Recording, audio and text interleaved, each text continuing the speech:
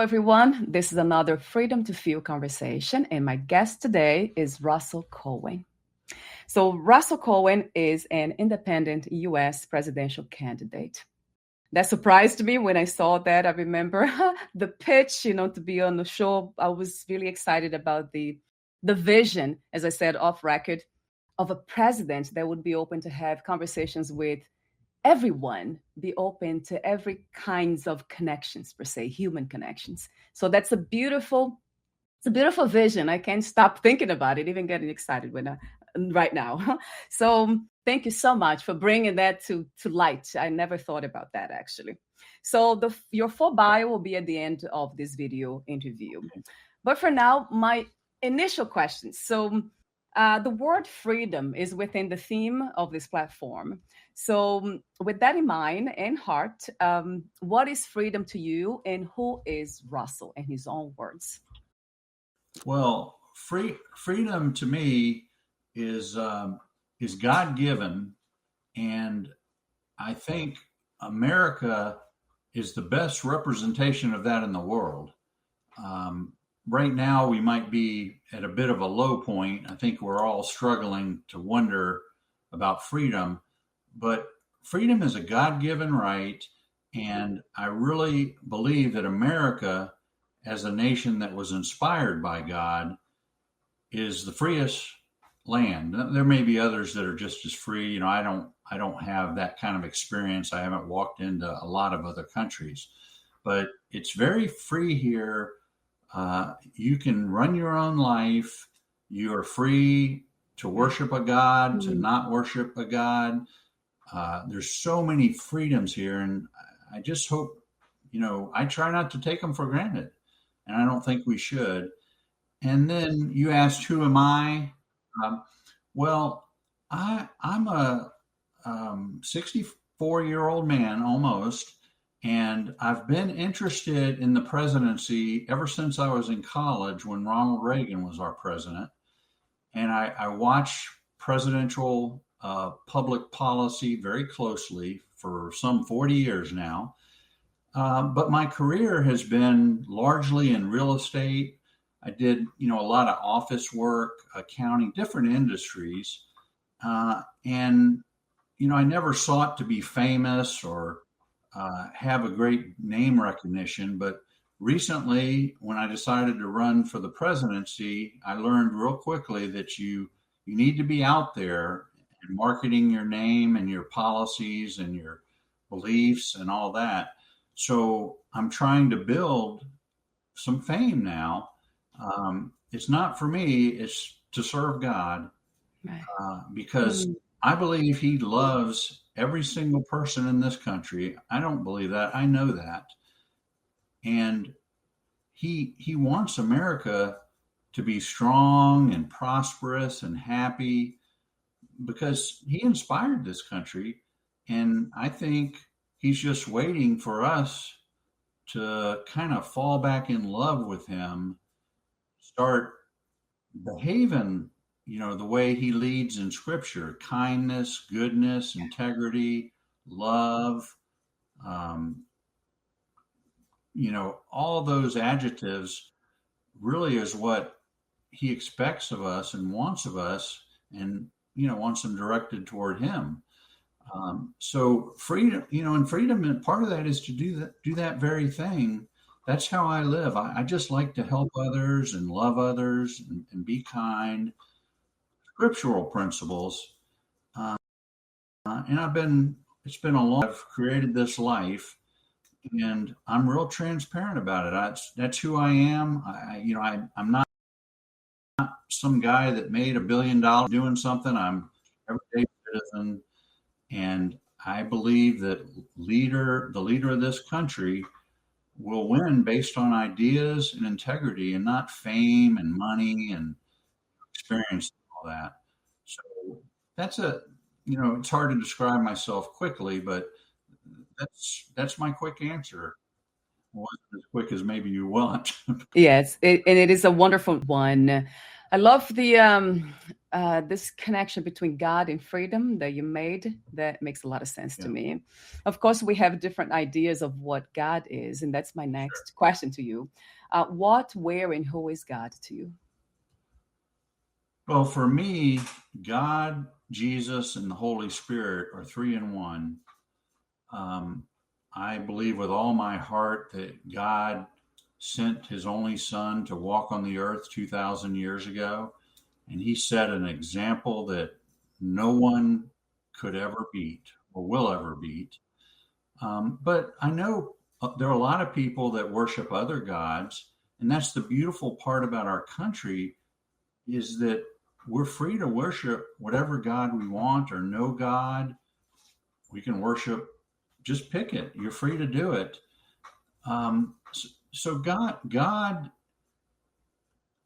set a plan. He created us. I believe he continues to create us. He created the entire universe, and it's hard to imagine something that powerful. But I believe he did, and I believe he did it so that we could love and worship him. We all love to be loved, and I think he Yeah. just loves us Mm. to pieces, and he wants that love in return. And some people give it to him and some don't, and he gives us free will. Speaking of freedom, it's our choice. Do we want to worship, love, honor God, or do we want to go our own way? And I have no problem. People do their own thing. It's between them and God as I see it, and I'm not for a minute trying to say that everybody has to behave like I do or believe in a God. That's the way theocracies think, like Iran and some of them. And that's not who we are, and that's not who I want us to be. Um, the interesting thing about this beautiful connection between God and freedom, when I think about it, is that if God is freedom, that means everything and everyone is exercising freedom at any given time, doing whatever they're doing. And that's, I know it's not the same as free will, though. I don't see it that way, because free will would imply that there is this individual power or personal power that I'm choosing, even my thoughts, which I'm not. They just come to me. I can observe them, but I'm not really choosing them. I'm not. If everybody actually had free will, it seems like we would be able to be happy and peaceful all the time, because it's easy to choose that. And then all of a sudden we would become peaceful and happy. And who wouldn't want that? So it sounds like a contradiction, but it's not, right, Russell, in a way. Like for me, it's not. God, freedom, just everything doing what it's supposed to do. It's almost like there's a purpose, a mission behind all this, which I don't know what it is, but it feels that way. Well, a lot of people in my circles believe that God ordained all of this. He already Mhm. knows what's going to happen. Right. It was all set out from the beginning, because scripture says things like, I knew how many hairs were on your head before you were even Yeah. born. Yeah. And, everybody hears that differently. But I mean, if I was God, you think about it, if you were God, would you want 8 billion people on the planet Earth all doing what you wanted them to do? Or would you want to give them free will to decide for themselves? And I mean, that's what my parents always did for me. I had freedom of choice as a child, and I made some bad decisions and I made some good ones. And that's how we grow and learn is, sometimes we make mistakes. And I'm not sure if I'm answering your question, but that's really important, the free will, because I don't think God would want to have everybody treating him the same way. What kind of life would it be for us? I mean, free will is a beautiful thing. It gives us freedom. Yeah, it sounds like the same thing, freedom and free will. But for me, for some reason, it doesn't really. They don't connect. I Okay. think because we are not separate from God. That's what it comes to me as an insight every time I'm meditating or kind of trying to, from experience, kind of embody this truth of freedom. And always comes back that from the perspective of the individual, then I am free in a sense of making my choices. But then once I feel like I am one with God, one with life, then it disappears. Then it's okay, this is God doing it. That's everything is a dance. Everything is it's being done really. I'm part of it. It's a system that I'm just part of it, but I'm not separate from God. But this is a different topic, I would say. So let's go back to the your beautiful mission to become the president of the United States in 2024. So what is your main purpose? Do you have one specific purpose once you get there? Well, yes, and it's not all that political. I feel that God has called me. Now, that doesn't mean I will win, but I believe He's asked me to go on this journey. I wouldn't do this if it was my idea, but He laid on my heart that I should try to lead this country back to the things that we all know it could be. The things like when I look back at my childhood, it was happy days. I mean, everything we were together as a society more. I played football in the backyard, and everything has changed dramatically. I think, frankly, because we are sinners and we're making a lot of mistakes. And our government doesn't seem to me is leading us in a godly way. So I think the answer is really, I feel called to lead this country to a better place, life, liberty, and prosperity for all. And at the same time, I hope I'm never going to be a leader of faith. I'm not a minister or a pastor. I don't have that kind of training, but I think I could set a quite good example for people that God really does love them, really does want the best for each one of us. Whatever we believe, it doesn't stop Him from loving us. Yes. And I think I could set a tone in America that's just a much more, it's based in Scripture, and kindness and happiness and encouragement and love are far superior to division and hatred and ugly talking and the stuff we see on social media. I mean, I get it all day long. I'm not immune, but there's a much better way. And I think it's really about leadership in our country. Our president doesn't just lead the country's business. He leads the country, presents a moral and ethical, and he or she should be of integrity. And I don't think we always get that. And I think it's been declining for really years. Too much fighting and vitriol and hatred. And, God says in the Bible, Jesus said, hatred is murder. So it's like our political leaders are murdering one another, which is never good for a country to have your leaders. I mean, they're not physically being murdered, but it's not good to put people down all day long. And so that's who I am. And I don't really know how to get angry. I'm very seldom angry or rude. I just I was raised well, I think. And I've lived in the Christian faith my whole life, and I've seen good examples from people, ministers, people, Scripture. It all sets a fine example for the way we should live. And perhaps other faiths do as well. I'm not diminishing other faiths. I'm just not familiar with, for example, Allah and the Muslim faith. I'm not as familiar, but I understand it has very nice principles in it as well. Judaism does as well. So they're all good. I just happen to be a Christian. So. Yeah, right. It's a choice, right? It's true. And I have seen that with pretty much all the, not all of them. I didn't have access to all of them, but tons of them, religious beliefs and philosophies. And that's really the foundation. It's treating the other as you would treat yourself. So it always goes back to kindness and love. but it's not, for some reason, it's misinterpreted, the way it's passed on, that knowledge, that spiritual knowledge, that wisdom.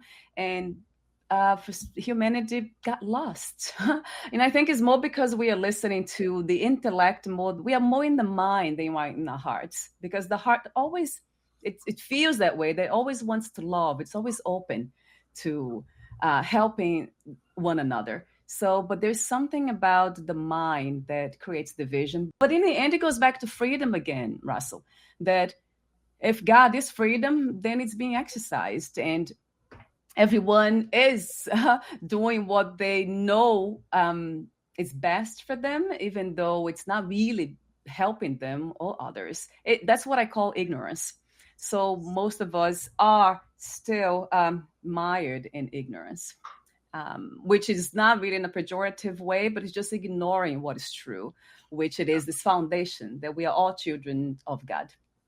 Well, when you stop for a moment and think about what percentage of all the information in the world that we actually have, it's infinitesimal.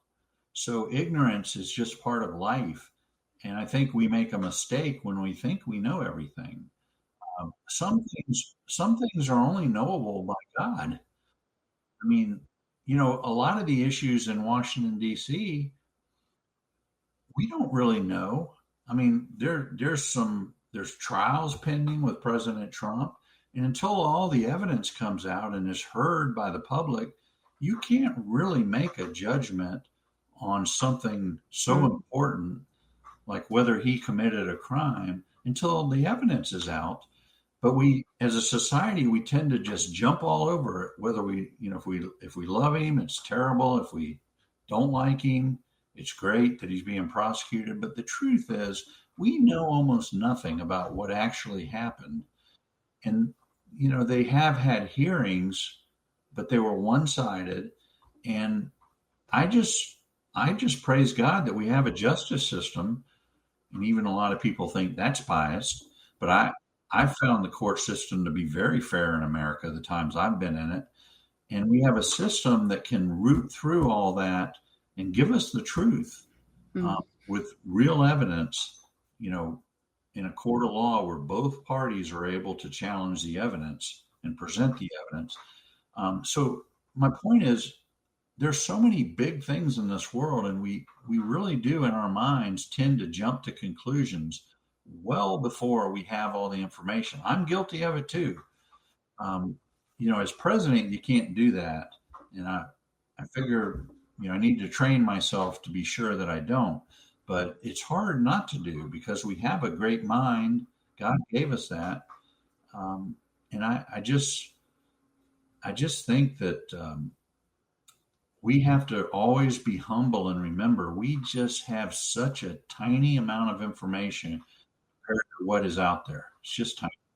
Yeah, especially when it comes to that universal view, broad view of the human experience. Yes. I always tease people. I ask them, well, what's the temperature in Nigeria? Yeah. Do you know the temperature in Nigeria? No, I don't know it. But that's a piece of information that somebody cares about, but we just don't know it. There's so much information. I mean, this is a wonderful, complex world. That's true. And because we are so exposed to knowledge, so much of it, it's important to distinguish between knowledge and wisdom. And I usually kind of try to go, not as a student, of course, like what would be, wisdom? And always goes back to love. Okay, wisdom, it's being loving. It's loving myself, doing something that's beneficial for me and others. That using that fundamental knowledge that I'm connected with everything. So it always goes back to that. But going back to what you said, interesting when you said about as a president, not making mistakes. We're still humans, right, Russell? As a president, whoever, it's still a human being. And that's what it's beautiful about being a human, because it's making mistakes and being honest about it. It's like a child and playing, with whatever the situation is, of course, in a wise way. Well, I think I shouldn't say this because it could be taken out of context, but I think being the president is probably one of the easier jobs out there. you think about it, everybody waits hand and foot on you, and I don't. That's not why I'm running. Yeah. But you have the best advisors in the world. You have people that have been in the military the entire career. You have State Department officials that know other countries like the back of their hand.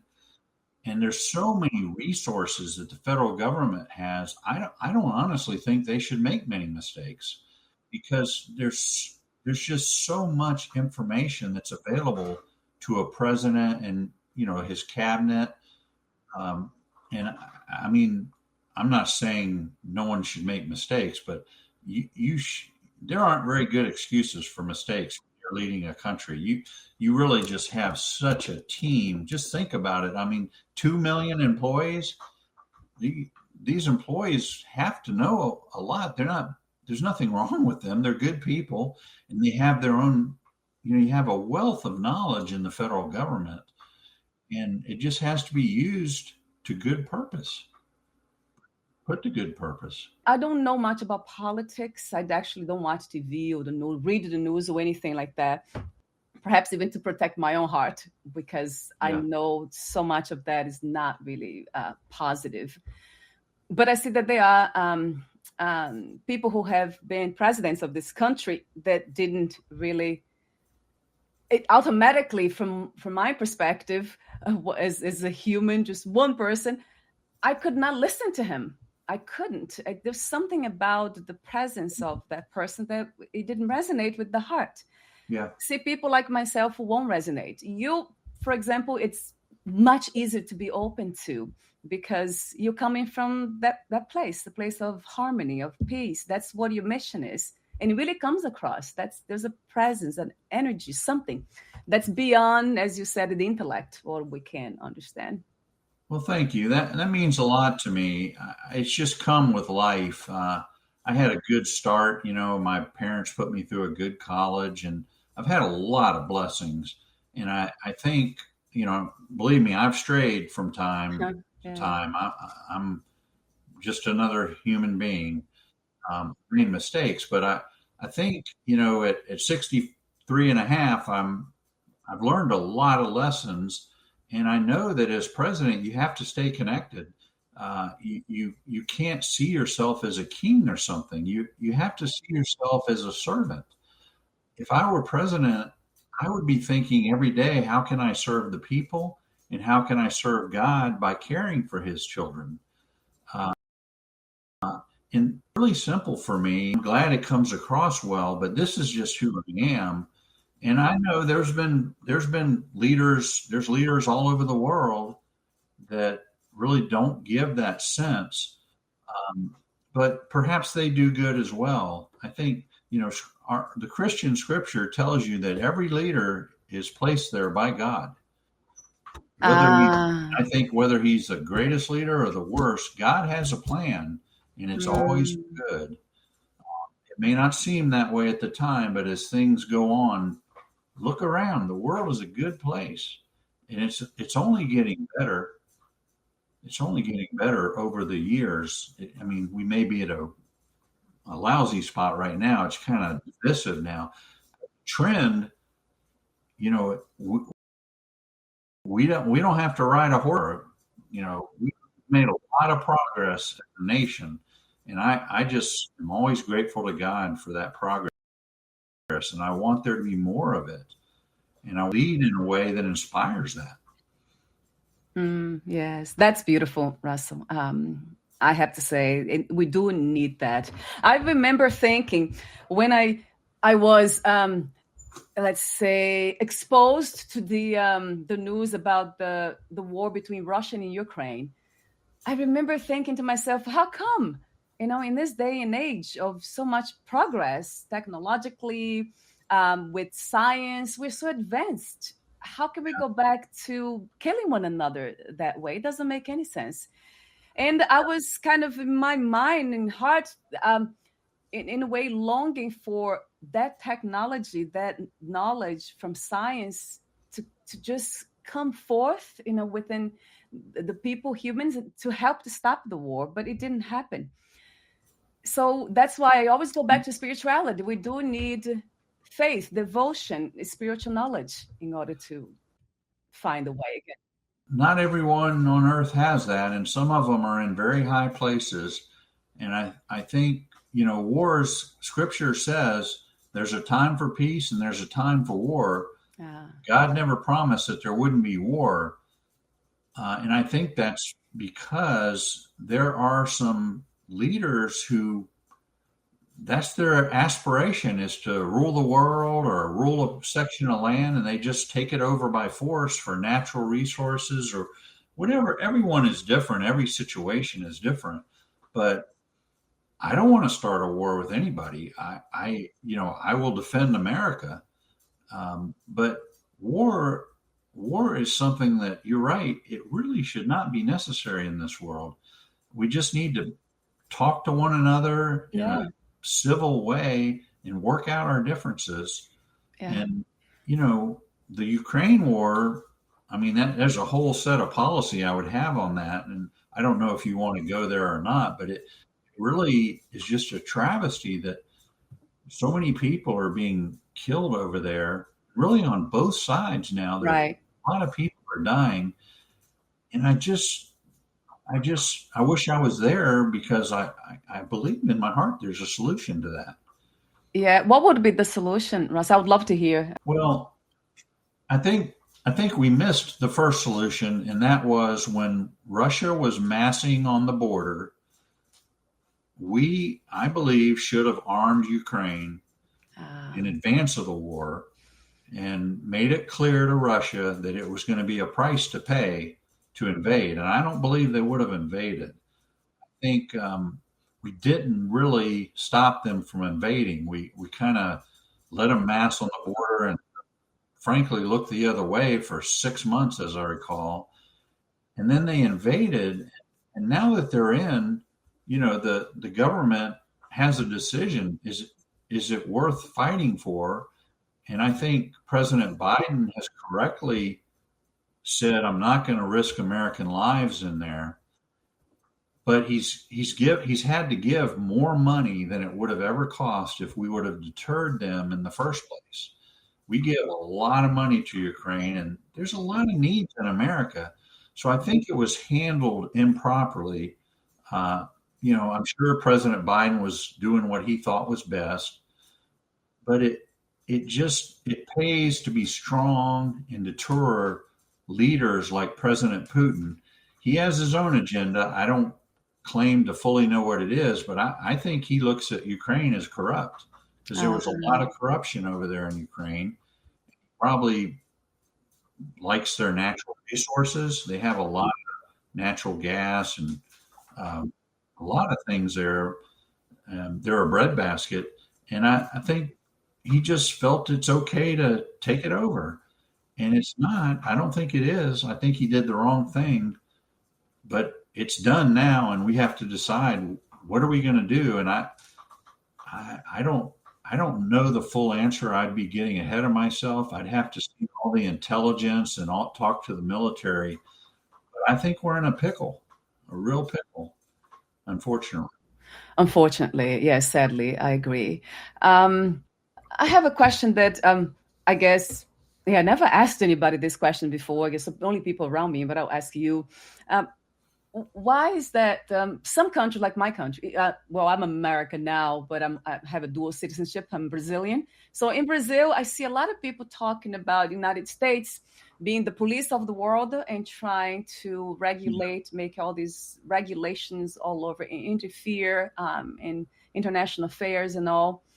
So is that something that the United States feels is their right to do?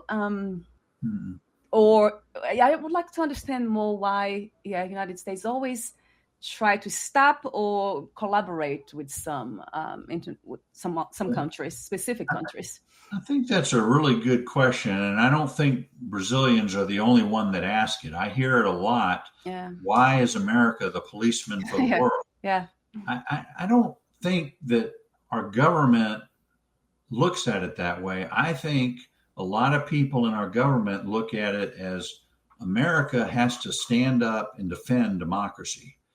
And if you've got a country that's either a democracy, a fledgling democracy, or trying to get to democracy, it's a real struggle when you have someone brutal on your border and they just want to take over your land.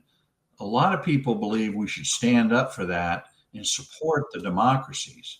And then there's a counter view on that just let the countries fend for themselves, and things will take care of itself. But a lot of people don't like that either, because that's how we essentially got into World War II with Hitler, because we sat over here and watched him just take over country after country, and then sooner or later we were in the war of our lives to save the world, and we prevailed. I think God and good always prevail. Yeah. So there's a debate on that. Should we help other countries? And it's not an easy question, I don't think. And I think the American people, more than anything, just to deserve to hear the debate when these things happen. Don't do it in silence. Get it out there, put it in front of the public, and I'm for a referendum, a national referendum on every issue. Publicly debate it, and then let the American people speak to it. And then, they'll decide whether that war is worth it. And we've been in a lot of wars I don't think the American people are happy with. I don't think we go out and start the wars, but, Vietnam is an example. The American people were not happy with that. And I talk to vets all day long that just are really discouraged because they fought for their life, and then America didn't really support it. We have to be so careful with war. We shouldn't start it. And we have to really know, like God said, there's a time for peace and a time for war. We have to be very discerning about that, because people's lives, hundreds of thousands of lives can be lost. And I mean, with nuclear bombs, millions and millions. By the way, I'd like to really cut the nuclear, really cut it down. So, we can't blow the world up 100 times, maybe just once.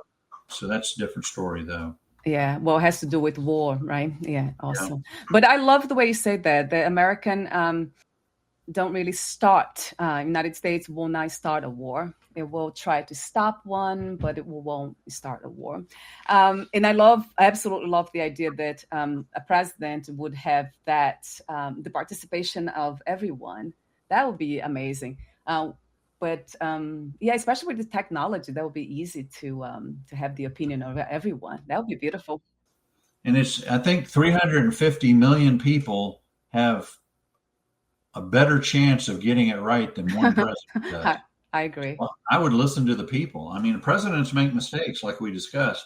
And I would certainly, a president does what he thinks is best, he or she, but I would certainly rather make a decision like that with the input from the American people. Yeah. And it can be done with technology very easily. Let's have a public referendum.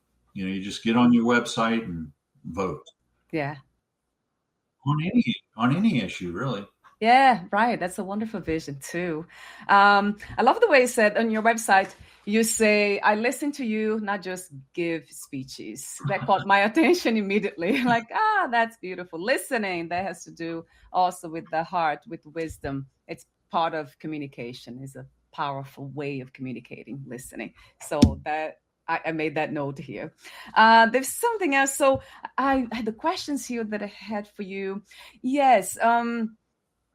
One that's a little bit controversial, I guess. I would give my opinion, but I'll ask you first.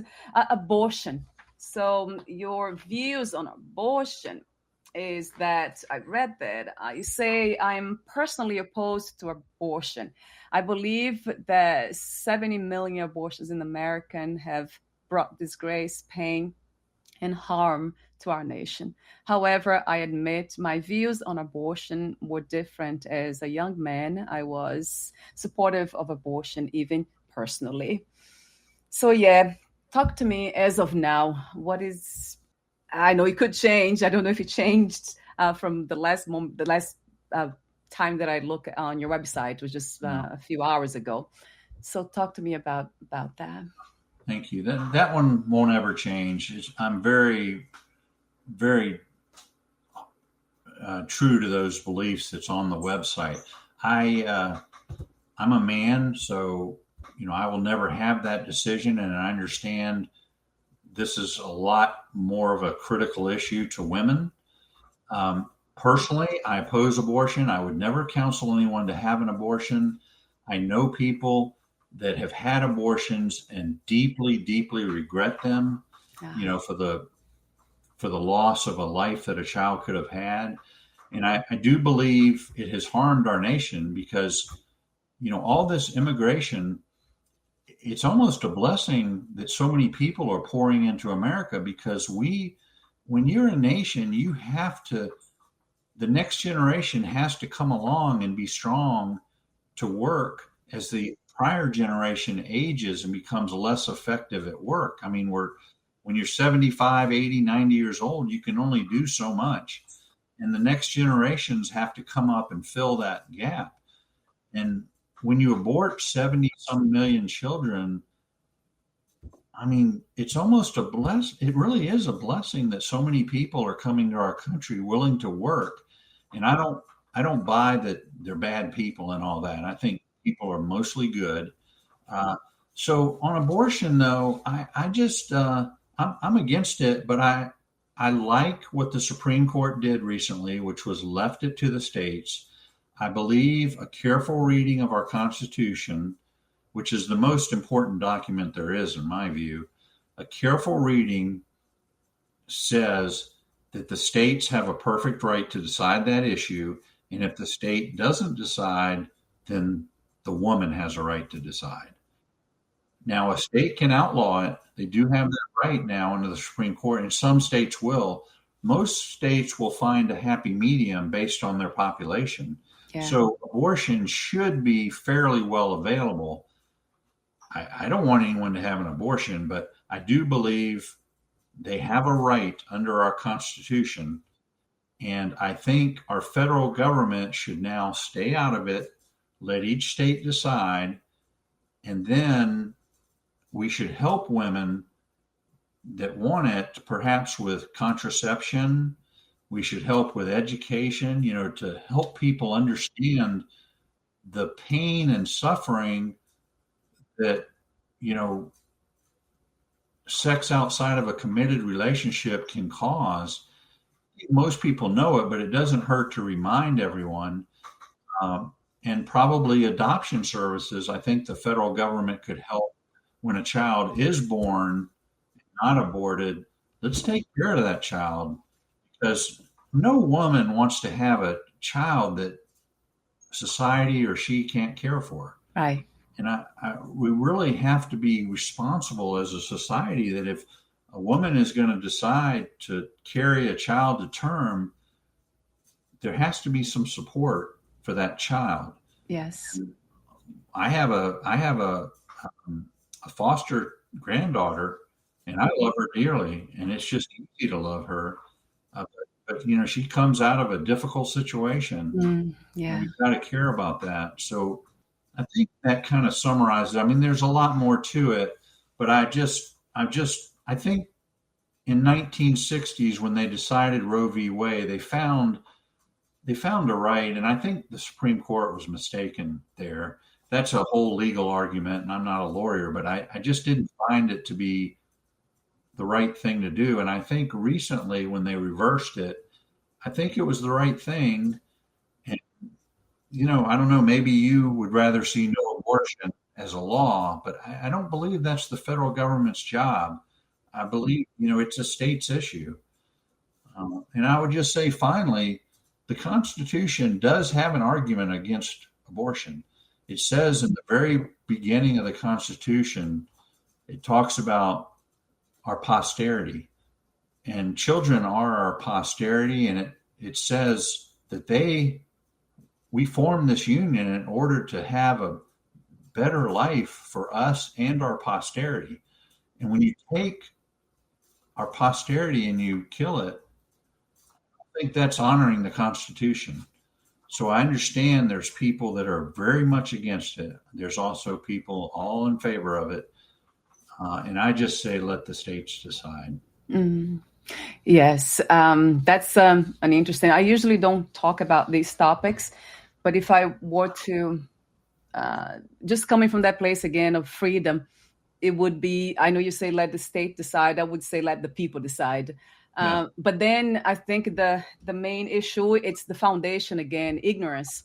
So if they're not educated, if we are not educated, we don't know ourselves. We don't know the depth of ourselves, especially, then it's easy to make mistakes. So that would be addressed first. I think the government helping, which there are so many programs, beautiful programs to help people with mental health and of all kinds of issues.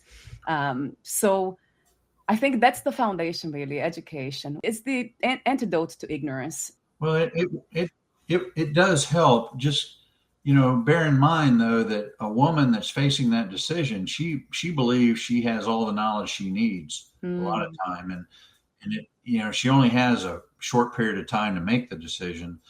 So a lot of times education is just it can be a buzzword. We need to educate. The truth is we need to start long before anyone gets pregnant. And it's like smoking is bad for you. That's a public service announcement. I think we could do a lot better job of that. And, plenty of women already know that, but let's say it so everybody always has it on their mind.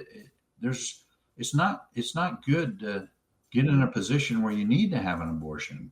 That's true. It's bad. It's a bad position to be in. Yes. Yeah, absolutely. So it's the starting early with children, educating them, and also having constant conversations about it at all levels. I agree. And that's sad about the media. We don't see that in mainstream medium. That would be amazing if we had more of these fundamental topics that can help everyone.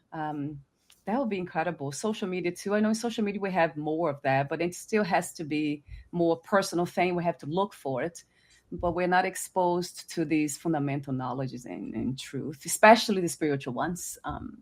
I guess we are, but we are not. It seems like we are not open yet. We are not yet focused or giving our attention to that. Well, my prayer is it'll become a lot less controversial with time. I think the media is probably a little scared of it. I mean, you put an ad up, you can offend the Catholic Church on contraception. You can offend women on, you should have been educated. You just have to be so careful because this is a charged environment. And my prayer is we'll settle down and realize that you can get an abortion if you want to in some states, and there'll be other states. If you want to live in a state that doesn't allow abortion, there'll be states you can move to. And I believe it's best to have choices. And I don't think the government should be dictating this, the federal government. And you're right. The states deciding is the people deciding because, the states have a legislature just like the federal government does. And they can talk to their, House and Senate members in each state and tell them what they want in terms of a law, and it'll all work out through the meat grinder. So states' rights sort of are people's rights. And if the state doesn't want to decide, then abortion is legal for a woman because it's her freedom. I mean, and if there's no law against it, you have every right to do it. Right. I didn't know that, Russell. So states law, it's the people's law. It's I didn't know that. There's a difference between federal and state. Yeah, there's a U.S. House and a U.S. Senate, but there's also a House and a Senate in each state, and then a governor that can sign the laws that they pass. So it's just each state is its own government. Yeah, it's a good thing. Yeah, that's wonderful. I heard about that. Like I live in Florida. I think you're in Florida too. Yes. So there are many laws here that I used to live in New York. So some laws are different. I noticed that. Yeah. Those are different kinds of states. So they have some cases very different laws. Yes. Yeah, I noticed that. So let's see. There are many devices we talk about. Are there any other? I know I have we talked about faith in politics. We didn't talk about taxes and spending. Would you like to? That would be an interesting one too. I'd love to hear your views on that. Well, I'll try to be brief on those. We, our federal government spends about $6 trillion a year, and that's a number most people don't even know what it means in terms of their portion of that. But it's a big number, and it needs to be cut. Over the last 30 or 40 years, our government has gone, I don't remember the exact numbers, but we have different agencies in the government, like the Department of Environmental, the Department of Justice, and there's like 8 of them that have been added in the last 30 years. Education, energy, homeland security. I think there's 7 or 8 of them. And we've just compared to history, I think we had maybe 10 of them before that. So in the last 40 years, we've almost doubled the responsibilities of our federal government. And I think government should be small. It should focus on military, justice, international trade, and, a few other things, security. And we get into just about everything in our federal government, and it's so far away from each of our homes that they don't even know what we're thinking. And there's no cookie cutter answer for all Americans. It should be just this way. So our federal government needs to be disciplined and stay small and be nimble. And what we've made it into, it's much bigger than it used to be 30, 40 years ago. And I say a lot of these agencies, I can't stand here and honestly say cut them all, but I am sure going to look at them, and I think there could be drastic cuts in some of them. For example, the Department of Education, our test scores have been going down for decades, and yet the department is like a cabinet level position where it's as big as any agency in government. There's something wrong there when you're throwing money at a problem and it's not getting better, it's getting worse. The war on drugs, the same thing. That started with Ronald Reagan. Nancy Reagan said, just don't do drugs. Well, we have a massive problem in America with drugs. And it's not that hard to solve. Some of it comes from in our own hearts. We got wanting addictions, but the government just isn't a very good job at these things. That's why it needs to stay small and efficient and nimble and just deal with the stuff that really matters. And on taxation, we have an income tax system. It really is just a big lobbying. Everybody lobbies for a tax break. 55% of Americans don't pay any income tax. Oh. The top 1 or 2% don't pay even as much as their secretaries do. So we have this middle that is carrying the burden for the entire country, and it's getting to be a burden for them. That's why our middle class is dissolving, and we're becoming poor and rich. And that's a wealth gap, and that's a formula for disaster. You're going to have class warfare today if we don't nip this in the bud. And it's been going on for a long time. So we need to change our tax system to be a consumption-based tax where you pay at the register. When you buy a car, you pay a tax. You don't have an income tax that you have to spend 3 days in your home trying to prepare for. We don't have auditors and all that. You just go to the register and you pay your tax. It's called the fair tax, and Congress already has considered it. It's just not got enough momentum. I intend to advocate for that, where we can over time eliminate the income tax for most people, maybe keep it for the rich, the very rich, and just pay at the register, and let every business in America just charge a consumption tax when you buy a product. That'll change us we won't be, right now, we're such a we spend. It'll teach us to save our money. We'll have an incentive to save instead of spend. and then we'll protect ourselves in retirement better. We'll be prepared for a disaster that happens in our life. It's just important we not spend so much as a society and as individuals. We have to save. Yes. Yeah. That makes a lot of sense to me. A lot of sense. That's again goes back to also the individual. Yeah. I love the way you said that. You wrote, was it in an email? Yes. Yeah. I think you talked about faith, but in a way that's not just faith in America, but we needed to explore faith within. We needed to go back to our own individual, our own faith. You Yeah. said explore strengthening our own faith, which is always good for each of us and America and the country, not just Yes. for us. So that's a beautiful message that I very much believe in. Because if we try to change a system as those that you speak of, they seem massive to me, and that would take years, hundreds of years to change. It's really a slow process unless some sort of revolution happens, which is never good either, for change to happen so quickly. Yeah, I have to say that, Russell, it's one of the things that I feel in my life has made a huge difference. Just seeing the similarities between me and the others. It just brings everything back to kindness, to connection. There's no feeling of separation anymore when I think that way. That's my practice.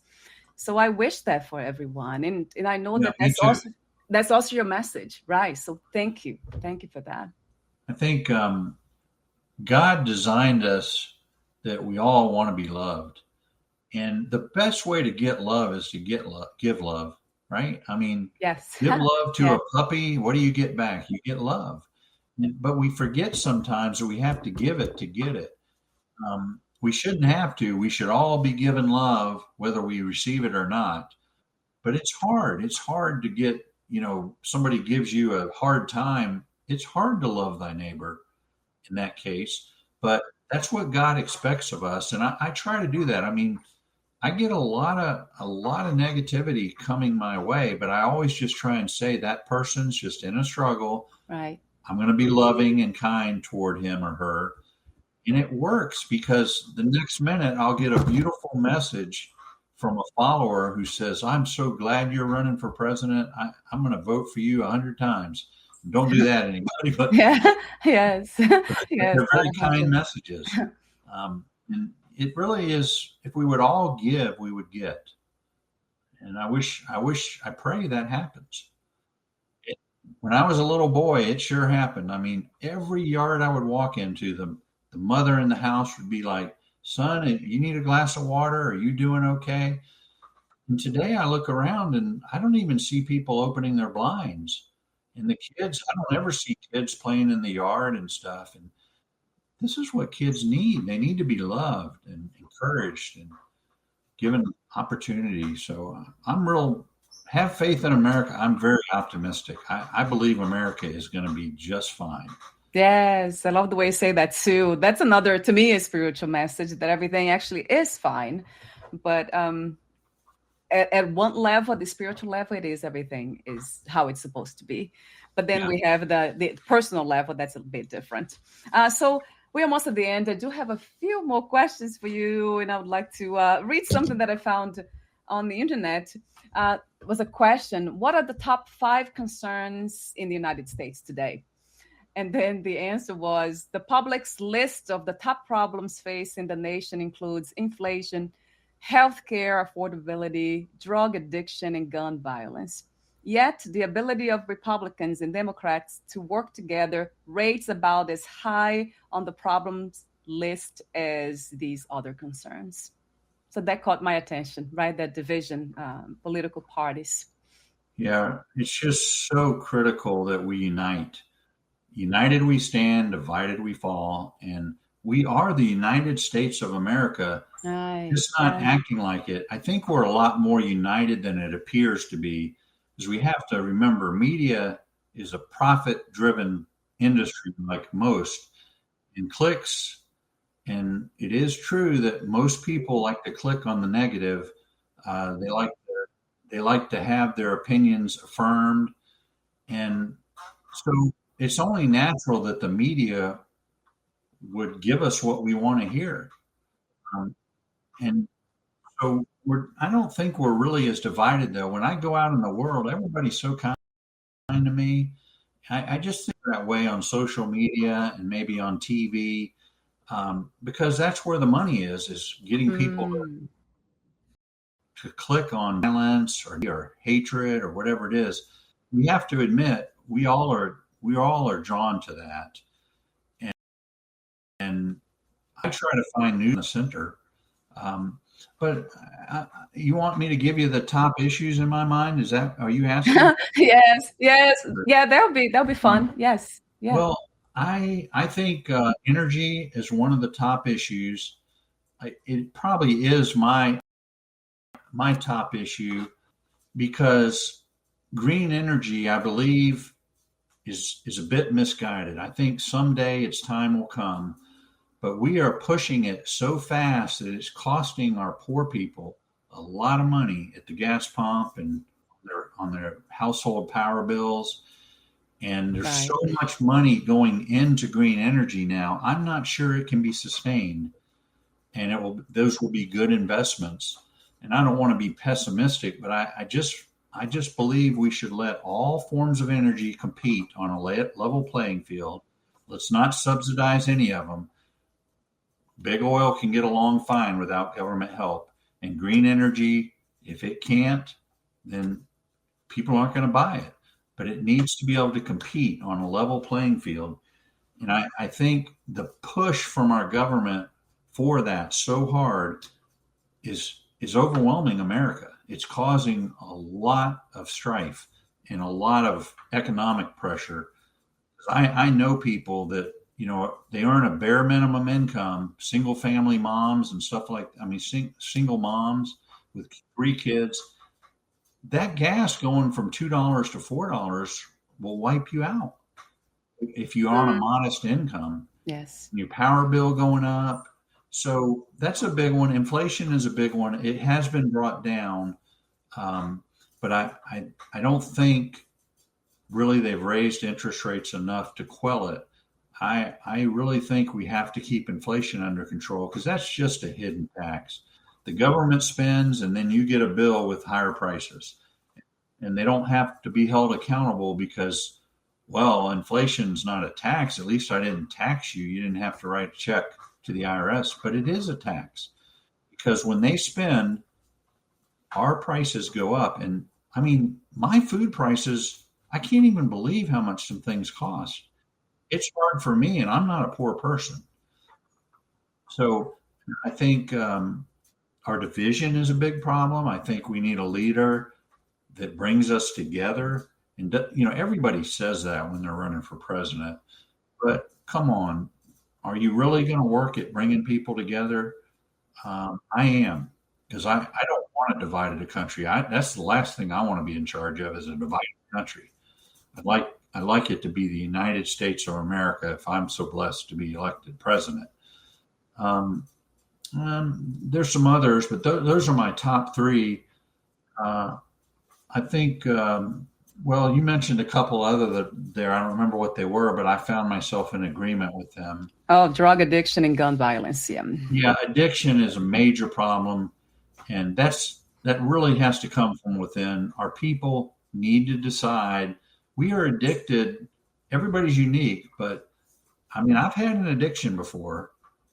I understand addiction pretty well, Yeah. but we got drugs, we got food, we got sexual addictions, porn addictions. That's just the way God created us with a body, and sometimes we want what feels good. We have to, as a people, overcome that and turn away the drugs. And I think we can help people um, mainly with counseling and good education to get out of these addictions because some people don't even know they're in one. I mean, if you're 400 pounds, you're killing yourself with food. And we need to sit down politely and in a friendly way with people that are addicted to anything and just say, how do we end this? How can we help you? And I want to help as a federal government, but it's not going to be, by just, I mean, drugs pour across our border. We see it in the news every day. That could be stopped. So it seems to me that the powers that be don't really want to stop it. Yeah. I mean, that fentanyl, that is a dangerous drug. It can kill you just like that. People don't realize that. If they did, they wouldn't take it. So the drugs and the addiction, and there's all kinds of addictions, but we need to get serious about them. And mental health too. We need to. Under Ronald Reagan, I mean, he got shot by a mentally ill man. And then the government proceeded to cut a lot of funding for mental illness. I think that was a mistake. I think we really need to help our people. Either the private sector or the government needs to make that happen. Because there's a lot of people with mental illness. Some of them don't even know it. Yeah, right. Causing a lot of harm to themselves and others. But it goes back to that the fact that they don't know even that they are doing what they're doing. They have it's the ignorance factor. And that's why I always go back to knowing oneself, spirituality, which is basically going deeper into the cause for problem, the root cause of the problems we have. And I love the way you said that. Yeah. So, you mentioned about some presidents.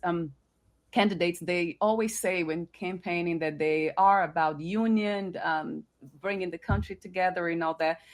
But it's clear to me that they are not. So that's where I'm going by. I'm not really listening to what I am listening, but I'm mostly interested in how you live your life and who are you? And that's to me is more important than what you're saying. It is your case, Russell. I can feel that. So thank you for being you. Well, thank you. I was recently on a podcast called Chaos in Christ. Yeah. And I think I live my life in such a way to minimize the chaos. I really don't enjoy chaos. And I find that the more spiritual and scriptural I am, the less chaos that comes into my life, because God knows what he's doing. He knows how to avoid chaos. And so I think it's very important. Our society, I mean, my wife's job is incredibly chaotic. And she comes home sometimes just almost in tears because things are getting harder. She's in healthcare. And there's a lot of healthcare needs out there, and people are getting irritated, and there's a lot of needs. So I just think it's up to us to really work at eliminating the chaos in our lives. And at times just add, I think it's all about the big money coming in and people tugging at them. They don't stand firm on being calm and cool, discouraging chaos. They fall into the trap. And I don't want to fall in that trap. Chaos is no fun to me. I don't like it at all. Yes, you very much come across that way as a peaceful human being. That's what I really was interested in when coming across you, your website, everything. I think it's because also the more we get to know ourselves in our own depth, we get to know that place of peace, and then we recognize in others. And then we also recognize chaos, as you said, and we choose. And then we seem to have a choice from that point of view. And that's what it is. So thank you again for being you. And for this beautiful conversation. So before we say goodbye for today, where's the best place to find more information about you? I do have the website, havefaithinamerican.com. Is there any other place, Russell? Well, I have a pretty good presence on Facebook and YouTube. Yes. Yeah. I'm also on Gab, LinkedIn, and I can't remember one other. It's slipping my mind, but I'm all over social media on Russell Cohen. Most of them have Russell Cohen Independent for President. So you can look me up, and I do a good bit of posting. I have an agency that does some of that for me. I mean, I always approve it all, but they put a lot out there, and I converse with people through my social media quite a bit. Even when it's ugly, I sometimes say, well, did you think about this? Most of it's very pleasant, thankfully. But my website is, I have, I think, 11 blogs there now that talk about the Constitution, taxing, spending, my faith, um, energy, a lot of things. If you want to know the detail, it's been written thoughtfully and it's been polished up by the marketing people. So it should be an easy read. Each one of them is about a page or a page and a half. Yeah. That's really my best information. And then just follow me and tune in. I mean, I'm doing a lot of great podcasts. This one's been delightful. They're all good. Podcasting is a wonderful thing.